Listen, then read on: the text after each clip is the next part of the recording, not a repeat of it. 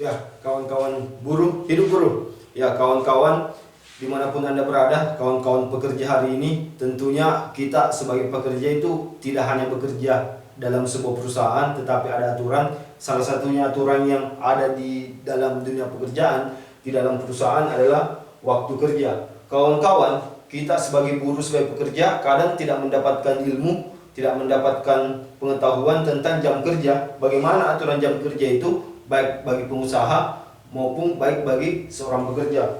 Kawan-kawan, di dalam peraturan ketenagakerjaan, di dalam undang-undang ketenagakerjaan ada jam kerja namanya 40 jam kerja. Kawan-kawan, 40 jam kerja ini adalah sebuah aturan wajib bagi sebuah perusahaan untuk memberikan jam kerja kepada pekerjanya, dan sebuah aturan wajib juga buat pekerja untuk mentaati dan bekerja sesuai jam kerja yang sudah diatur oleh negara kita. Kawan-kawan, aturan jam kerja ini bagi kawan-kawan yang di sebuah perusahaan, kenapa harus ada 40 jam kerja? Karena dulu kawan-kawan kita, para pendahulu kita, sebelum melaksanakan aksi besar-besaran, mereka itu bekerja dari 10 sampai 18 jam kerja.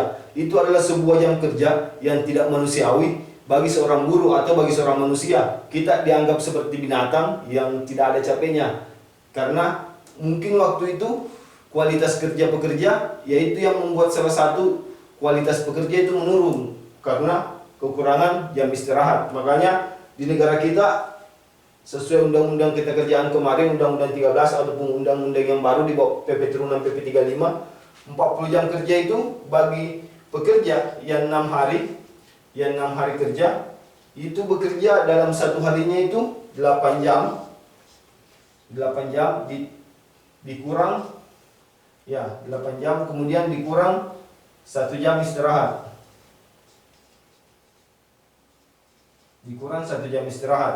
ya kawan-kawan.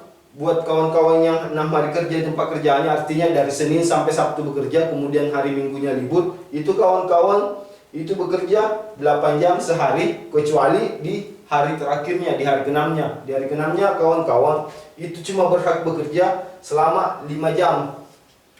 5 jam kenapa? Karena kalau kawan-kawan jumlahkan dari 8 jam ini dikurang 1 jam istirahat, berarti 7 jam. 7 jam dikali 6 hari sama dengan 42. Berarti ada 2 jam kelebihan kawan-kawan dalam bekerja. Makanya ketika di hari ke-6 itu biasa ya kawan-kawan itu bekerja 5 jam saja. Artinya 6 hari pendek atau mengambil kelebihan jam kerja. Artinya lebihnya itu dari perusahaan, karena sebelumnya teman-teman cuma bekerja 40 jam, 35 jam dalam 5 hari itu, ya kawan-kawan wajib melaksanakan di hari ke-6 itu 5 jam kerjanya. Tetapi buat kawan-kawan yang bekerja 5 hari, artinya kawan-kawan yang bekerja 5 hari itu kawan-kawan yang bekerja dari Senin sampai Jumat, kemudian di hari Sabtu dan Minggu itu libur. Itu kawan-kawan bekerja 9 jam dikurang 1 jam istirahat. Ini adalah sebuah aturan yang ada di negara kita untuk membuktikan bahwa buruh itu adalah sebuah manusia yang punya hak asasi juga, yang seharusnya mereka bekerja sesuai aturan yang ada di negara kita. Jadi inilah jam kerja, 40 jam kerja kawan-kawan. Selebihnya itu adalah jam lembur. Jam lembur nanti akan disampaikan oleh kawan saya. Silakan Bung sebentar disampaikan tentang kelebihan jam kerja dan waktu lembur itu. Bagaimana cara perhitungan waktu lembur itu? Ya, silakan.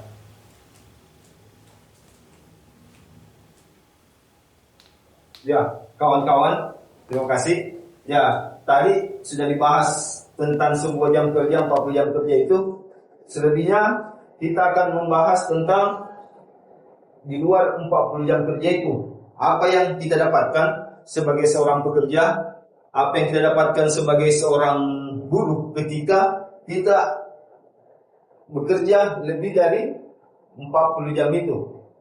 Kawan-kawan, kita sebagai buruh, sebagai pekerja harus juga pintar dan harus juga mengetahui bahwa ketika kita bekerja melebihi jam kerja, kita harus mendapatkan namanya upah lembur. Kawan-kawan, ketika ditanya kenapa harus mendapatkan sebuah upah lembur, sebuah perusahaan itu sudah memperhitungkan keuntungan dan kerugiannya ketika dia mempekerjakan seseorang, mempekerjakan karyawan.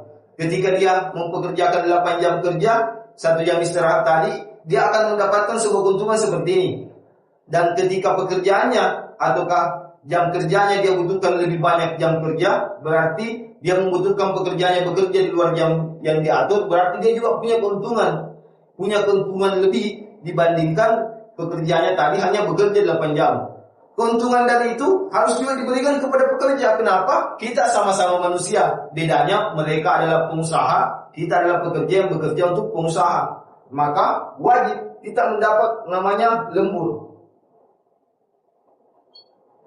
Lembur, kawan-kawan, lembur itu di Undang-Undang 13 tahun 2003 kemarin, sebelum adanya Undang-Undang Omnibus Law, kita itu cuma diwajibkan lembur 3 jam dalam 1 hari. Tetapi di Undang-Undang sekarang itu 4 jam dalam 1 hari.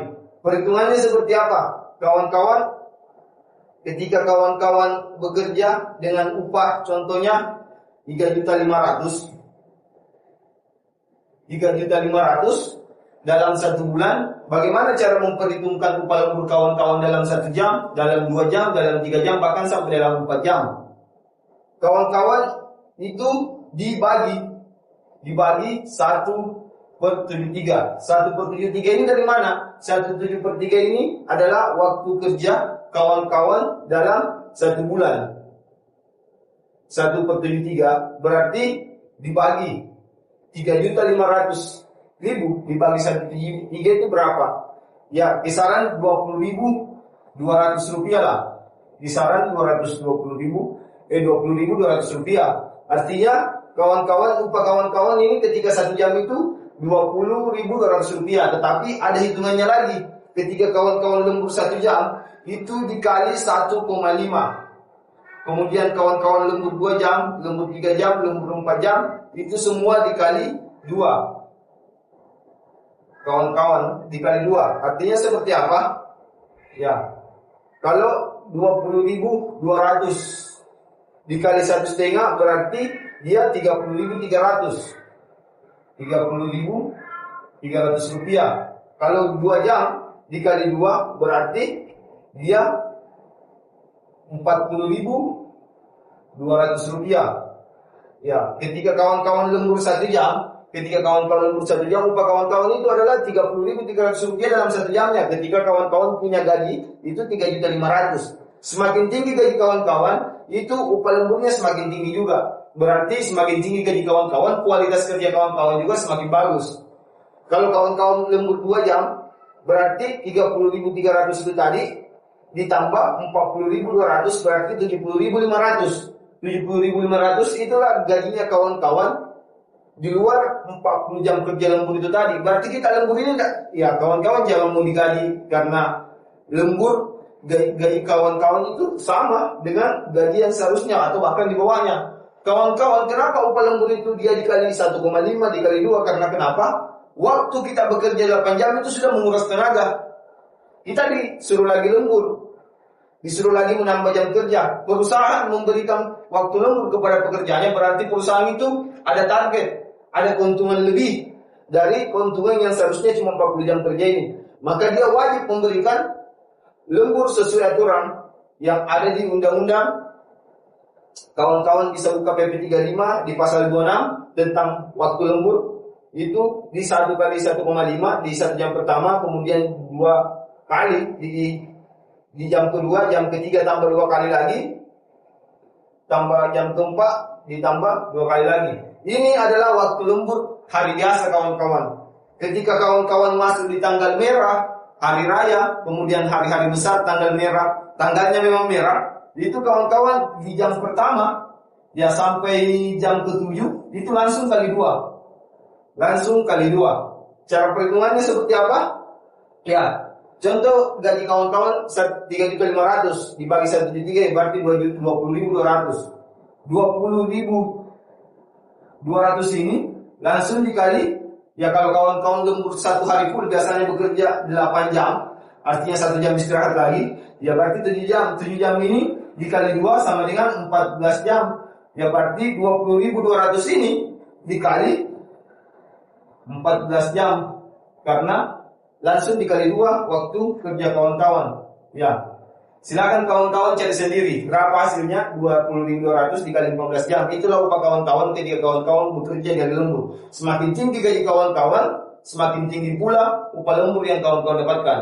Ya, itu mungkin kelas podcast hari ini, materi dari jam kerja dengan upah lembur. Semoga apa yang kami sampaikan itu bermanfaat buat kawan-kawan, supaya kawan-kawan tidak bekerja hanya sebatas bekerja. Kita juga sebagai buruh harus punya ilmu. Karena kenapa? Pengusaha itu mendirikan sebuah usaha dengan penuh ilmu. Maka kita sebagai pekerja atau sebagai buruh juga harus punya ilmu. Kita tidak bekerja seperti zaman penjajahan yang hanya ditunjuk bekerja, kemudian kita bekerja ya seadanya. Apa yang pun yang diberikan, apapun yang disuruhkan kita kerjakan. Bukan kawan-kawan, kita sebagai buruh bukan sebagai pelawan di perusahaan, tetapi kita menunjukkan bahwa negara kita adalah negara yang merdeka. Maka wajib hukumnya perusahaan, pekerja itu taat terhadap hukum yang ada di negara kita. Hidup buruh. Ya, sekali lagi, ya, kita berikutnya di pertemuan berikutnya silakan kawan-kawan sampaikan apa yang akan kita bahas, tentang apa yang akan kita bahas. Silakan sampaikan di kolom komentar di bawah ini. Ya, hidup buruh.